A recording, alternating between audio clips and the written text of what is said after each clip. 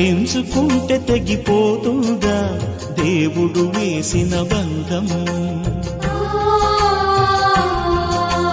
తెంచుకుంటే తెగిపోతుందా దేవుడు వేసిన బంధం? తెలుసుకో నీ జీవిత గమ్యం, పెంచుకో మానుబంధం. 7 అడుగులు నడిచిన వాడే 7 జన్మలు తోడుంటాడు. భర్తగా నిన్ను భరించువాడే బ్రతుకు దీపం వెలిగిస్తాడు.